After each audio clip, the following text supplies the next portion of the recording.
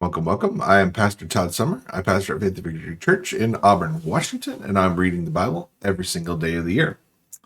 Thank you for joining me, and let's get right to the Bible reading. So today we have Leviticus 17, Leviticus 18, Matthew 13, 1 through 23, and Proverbs 28. Leviticus 17, Eating Blood Forbidden. The Lord said to Moses, "Speak to Aaron and his sons and tell all the Israelites and say to them, this is what the Lord commanded.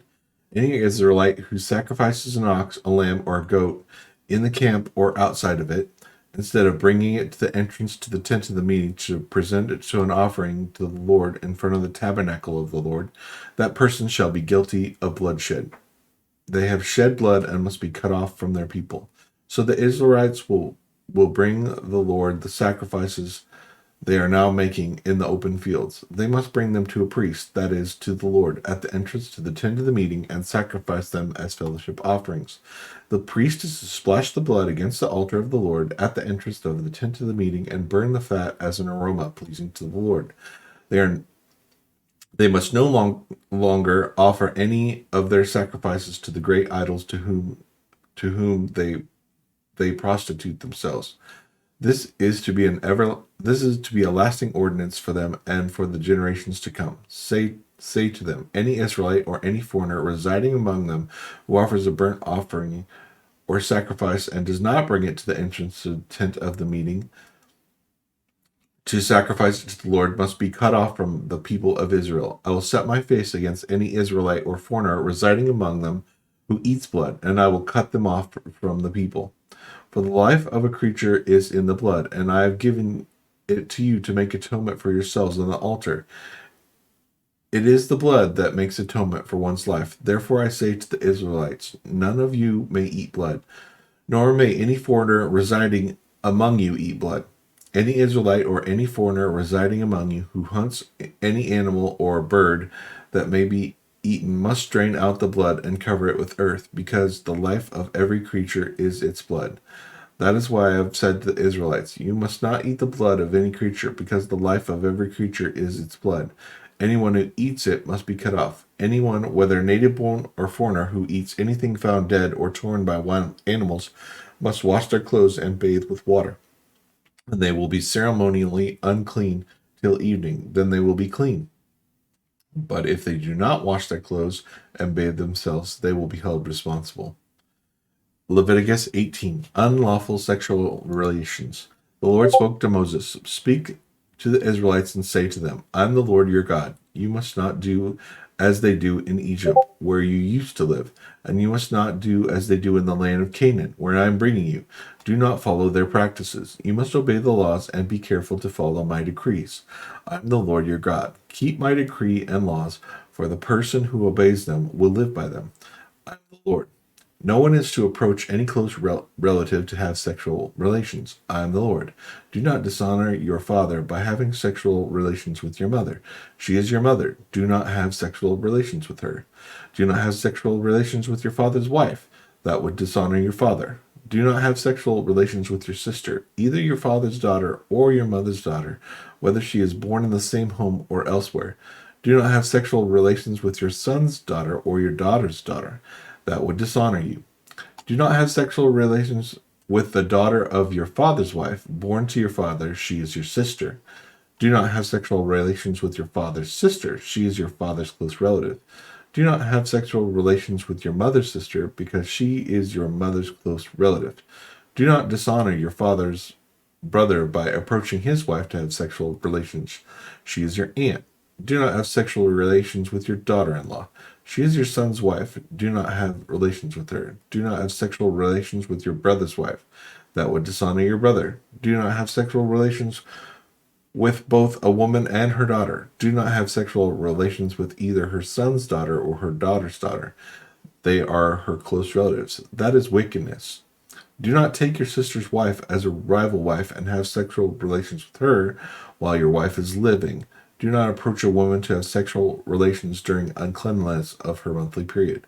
Do not have sexual relations with your neighbor's wife and defile yourself with her. Do not give any of your children to be sacrificed to Molech, for you must not profane the name of God. I am the Lord. Do not have sexual relations with a man as one does with a woman. That is detestable. Do not have sexual relations with an animal and defile yourself with it.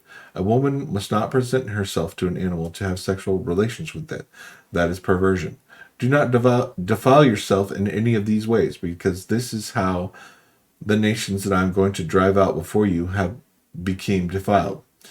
Even the land was defiled, so I punish it for its sin. The land will vomit out its inhabitants. But you must keep my decrees and laws. The native born and the foreigners residing among you must not do any of these detestable things. For these were done by the people who lived in the land before you. The land became defiled. And if you defile the land, it will vomit you out as it vomited out the nations that were before you. Everyone who does any of these detestable things, such persons must be cut off from their people. Keep my requirement and do not follow any of the detestable customs that were practiced before you came, and do not defile yourselves with them. I am the Lord your God. The parable of the sower. That same day, Jesus went out of the house and sat by the lake. Such large crowds gathered around him that he got into a boat and sat in it, while all the people stood on the shore. Then he told them many things in parables, saying, A farmer went out to sow his seed, and he was scattering the seed. Some fell along the path, and the birds came and ate it up. Some fell on the rocky places, where it did not have much soil. It sprang up quickly because the soil was shallow. But when the sun came up, the plants were scorched, and they withered because they had no root. Other seed fell among the thorns, which grew up and choked the plants. Still other seed fell on good soil, where it produced a crop, 160 or 30 times what was sown. Whoever has ears, let him hear. The disciples came to him and asked, Why do you speak to the people in parables? He replied, Because the knowledge of the secrets of the kingdom of heaven has been given to you, but not to them. Whoever has will be given more, and they will have abundance. Whoever does not have, even what they have will be taken from them. This is why I speak to them in parables. Though seeing, they do not see. Though hearing, they do not hear or understand. In them is fulfilling the prophecy of Isaiah. You will be ever hearing, but never understanding. You will be ever seeing, but never perceiving. For this people's heart has become calloused. They hardly hear with their ears. They have closed their eyes. Otherwise they might see with their eyes, hear with their ears, understood with their hearts, and turn, and I would heal them. But blessed are your eyes because they see, and ears because they hear. For truly I tell you, many prophets and righteous people long to see what you see, but did not see it, and hear what you hear, but did not hear it. Listen to what the parable of the sower means. When anyone hears a message about the kingdom and does not understand it, the evil one comes and snatches away what was sown in their heart. This is the seed sown along the path. The seed falling on rocky ground refers to someone who hears the word and receives it with joy. But since they have no root, they last only a short time. When trouble or persecution comes because of the word, they fall quickly away. The seed falling among the thorn refers to someone who hears the word, but the worries of this life and the deceitfulness of wealth choke the word, making it unfruitful. But the seed falling on good soil refers to someone who hears the word and understands it. This is the one who produces a crop yielding 160 or 30 times what was sown. Proverbs 28. The wicked flee though no one pursues, but the righteous are as bold as a lion. When a country is rebellious, it has many rulers, but a ruler with discernment and knowledge maintains order. A ruler who oppresses the poor is like a driving rain that leaves no crops. Those who forsake instruction praise the wicked, but those who heed it resist them. Evildoers do not understand what is right, but those who seek the Lord understand it fully. Better the poor whose walk is blameless than a rich whose ways are perverse. A discerning son heeds instruction, but a companion of gluttons disgraces his father. Whoever increases wealth by taking interest or profit from the poor amasses it for another. Who will be kind to the poor? If anyone returns a deaf ear to my instruction, even their prayers are detestable. Whoever leads the upright along the path of evil will fall into their own trap, but the blameless will receive a good inheritance. The rich are wise in their own eyes. One who is poor and discerning sees how deluded they are. When the righteous triumph, there is great elation. But when the wicked rise to power, people go into hiding. Whoever conceals their sins does not prosper, but the one who confesses and renounces them finds mercy. Blessed is the one who always trembles before God, but whoever hardens their heart falls into trouble. Like a roaring lion or charging bear is a wicked ruler over a helpless people. A tyrannical ruler practices extortion, but one who hates ill-gotten gain will enjoy a long reign. Anyone tormented by the guilt of murder will seek refuge in the grave. Let no one hold them back.